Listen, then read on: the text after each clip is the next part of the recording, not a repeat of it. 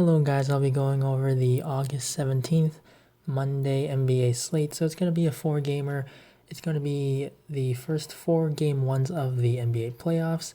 And the way that these slates are going to go, it's always going to be 10:30 for at least the first round. And we're going to have the same four games, the 8 teams, playing every other day. So we're always going to have the same guys on each slate. So not a lot of variety, I guess, but it's definitely going to mean there's going to definitely be an edge in terms of just like the pricing, how it adjusts after each game with certain guys going off and certain guys busting. So looking at game totals though, I think the target is Dallas and LA, Dallas Clippers, because their game total is at 231 and it's only a 5 point spread. And then the other three games, Brooklyn, Toronto, second highest, 224, 10 point spread though. And then Philly, Boston, Utah, Denver, both are at 220 with 4 and 3 point spreads. So these are the playoffs. You're going to expect a lot lower scoring games, and defense is just tying up when that is the case. And it is a smaller court, not the regular NBA court. So you can definitely expect still higher scoring than we've seen in past playoffs. But compared to the seeding games, or the play-in games rather, the scores we shouldn't see crazy high scores like 270 totals. So now we're going to go game by game actually, because I think that's just easier here. So starting with Utah at Denver. Denver is really the team that there's some injury risks or injuries that we have to watch rather, with Gary Harris and Will Barton. So these guys didn't play a single game during the 8 games. And so even if they're going to play here, which I think they could because it is the playoffs, they're probably going to be limited. They're probably not going to be conditioned to be able to play that many minutes. And in that case, we're going to see just a lot more usage to go for Jamal Murray and Nikola Jokic, obviously. And then Michael Porter is still going to get heavy minutes. So I think Jokic at 8,700, even though it's we look at Rudy Gobert as one of the best defensive centers in the NBA, 8,700 for Jokic in the playoffs, where we know the minutes are going to be secure for all these starters, that is too cheap. And even though there's a low total, if Will Barton is out, we know it's going to be Jokic and Jamal Murray pretty much carrying this offense. And Jokic, we know he has triple-double upside.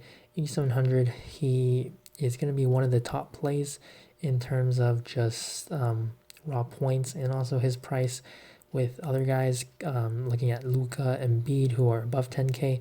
I actually really like Jokic here. And then other guys, Mitchell, 8K, you're not really getting a discount, whereas there are a lot of other players on the slate that do seem underpriced. So he's not going to be a core play. Gobert, 7,700, very good. Jokic, definitely not a great defender. Gobert should be able to rebound and get a double-double, block a few shots like how he usually does. Michael Porter, 7,100. I don't really like this play because you're looking at a rookie who has played heavy minutes, and with Jamal Murray back, his usage, his offensive game has just been down. He's still very expensive, so I'd rather go with Jamal Murray, who is at 6,500, and I think he looks really good. The Utah Jazz are a very good defense, but we know that the Nuggets are one of the best Western Conference teams out there, and I do expect him to beat the Jazz here. Jamal Murray, 6,500, he's a guy that should be over 7K on any slate, really. And without Will Barton, Murray's going to have a lot more opportunity, and his price is just way too cheap.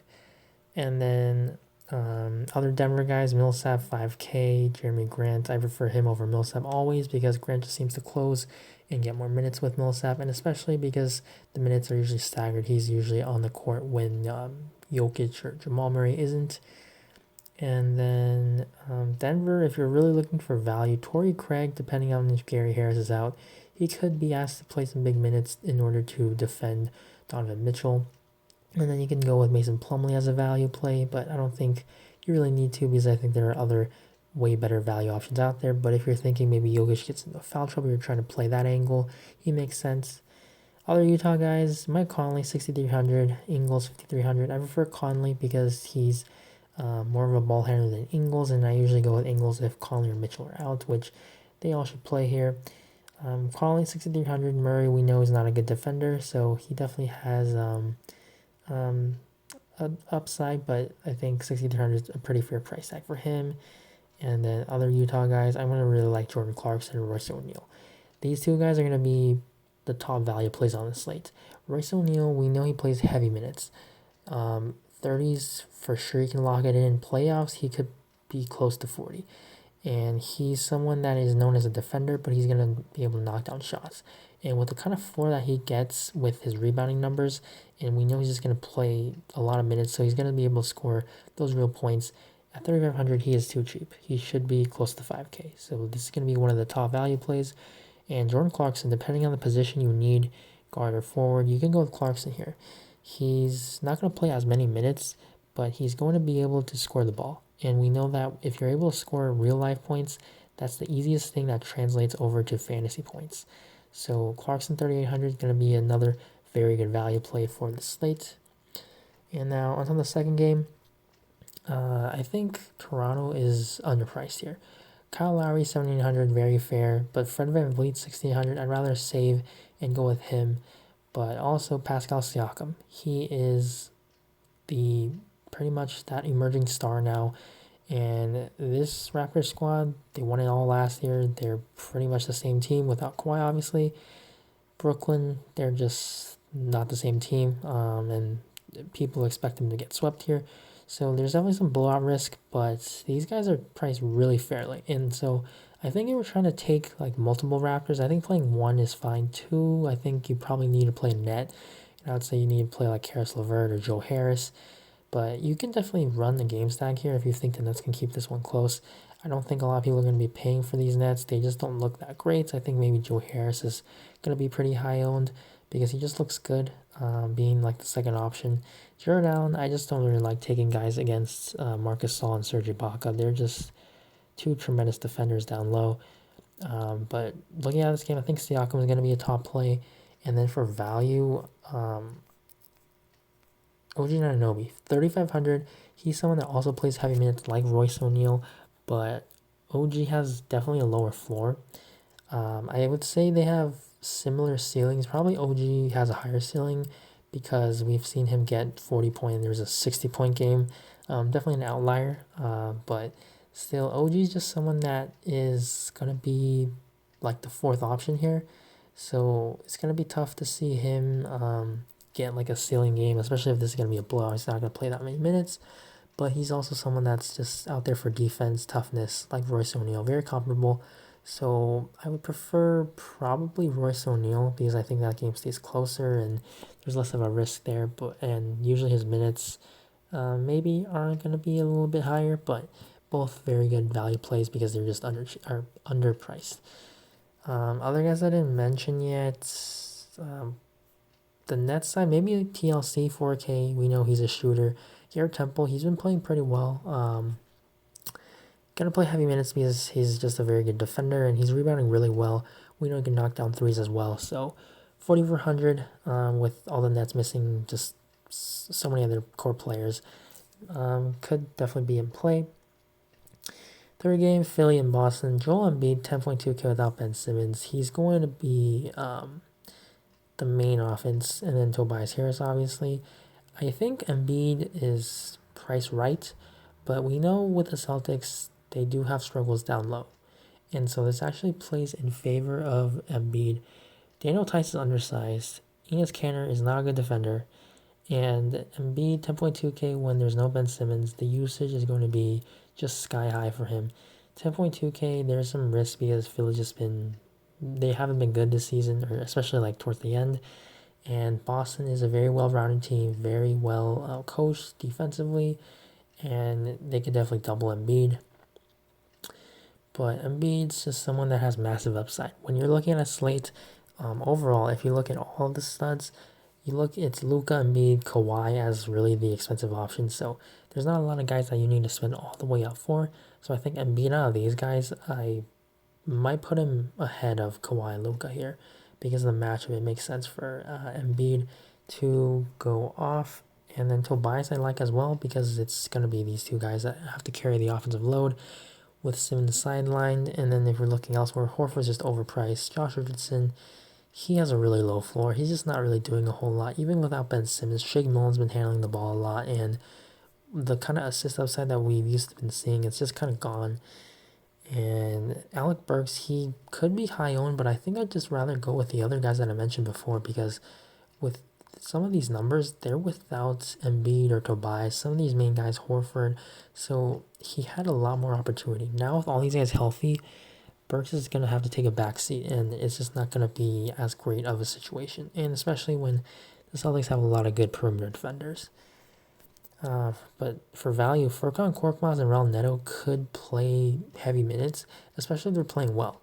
There are guys that do have upside. Korkmaz, he's a shooter, but he does rebound pretty well for his position. And we can see, or if you've been around fantasy for a while, past few years, he's had upsides of 30, 40 points.